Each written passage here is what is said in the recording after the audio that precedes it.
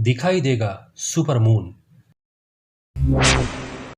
तब चांद अपने आकार से बड़ा दिखाई देगा। तब चांद पृथ्वी के सबसे करीब पहुंच जाएगा। तब चांद कई गुना ज्यादा चमकीला नजर आएगा। तारीख होगी 7 मई 2020। मैं हूं इरफान ह्यूमन और आप देख रहे हैं रिसर्च न्यूज चैनल। नई जानकारियों के साथ हम एक बार फिर हाजिर हैं। आज हम बात करेंगे चांद की। चांद को तो हम सभी ने देखा है, लेकिन कभी कभी चांद अपने आकार से ज्यादा बड़ा और चमकीला दिखाई देता है, जिसे सुपर मून कहते हैं। क्या होता है सुपर मून, आइए जानते हैं। 7 मई को पूर्णिमा होगी और सुपर मून की घटना घटित होगी। हर साल अक्सर 12 या 13 पूर्ण चंद्रमा यानी फुल मून में से आमतौर पर 3 या 4 को सुपर मून के रूप में वर्गीकृत किया जाता है। ये वर्ष 2020 के 4 सुपर मून में सबसे आखिरी होगा। इस दिन चंद्रमा का मुख सूर्य की रोशनी से पूरी तरह रोशन होगा।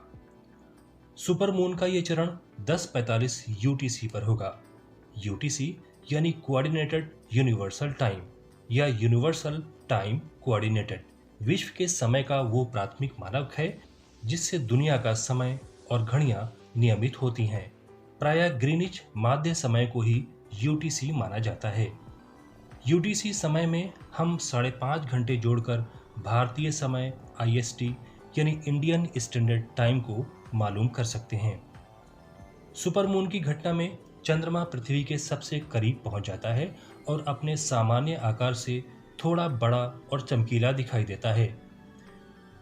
यहां आपको चंद्रमा की 3 और स्थितियों की जानकारी देता चलूं, जो हैं फुल मून, न्यू मून और माइक्रो मून। आकाश में पूरे चंद्रमा की स्थिति फुल मून कहलाती है और अमावस्या की स्थिति होती है न्यू मून।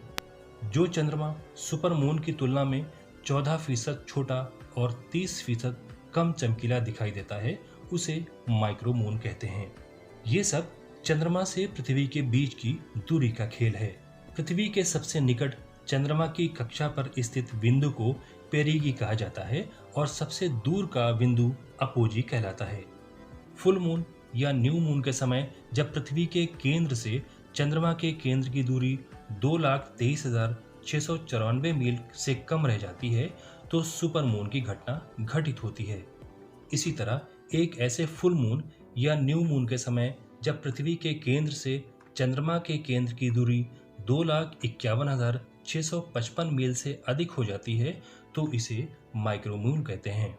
एक समय था जब पूर्णिमा को प्रारंभिक अमेरिकी जनजातियों द्वारा पूर्ण गुलाबी चंद्रमा या पूर्ण पुष्प चंद्रमा यानी फुल फ्लावर मून के रूप में भी जाना जाता था, क्योंकि ये वर्ष का वो समय था जब वसंत में फूल बहुतायत में दिखाई देते थे। इस चंद्रमा को कई देशों में पूर्ण मकई रोपण चंद्रमा यानी फुल कॉर्न प्लांटिंग मून और दूध चंद्रमा यानी मिल्क मून के रूप में भी जाना जाता है।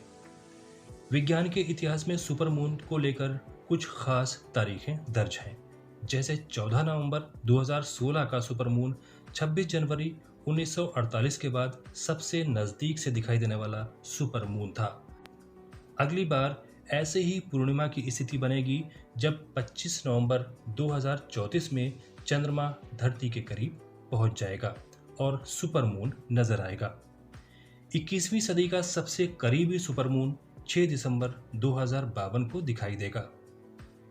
रात के आकाश में सुपर मून का आनंद लेने का सबसे अच्छा समय तब होता है जब चंद्रमा उदय के ठीक बाद क्षितिज के करीब हो और इसके बाद चंद्रमा के अस्त होने के ठीक पहले का समय इसे देखने के लिए सबसे अच्छा होता है। तो 7 मई की रात आप भी इस खूबसूरत नज़ारे को देखने के लिए तैयार रहिए।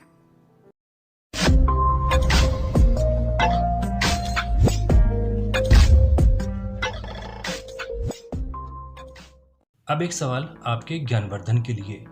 क्या आप जानते हैं कि सुपर मून शब्द किसने दिया था?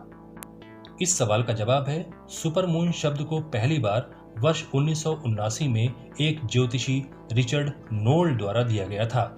आपको बताता चलूं कि सुपर मून कोई आधिकारिक खगोलीय शब्द नहीं है।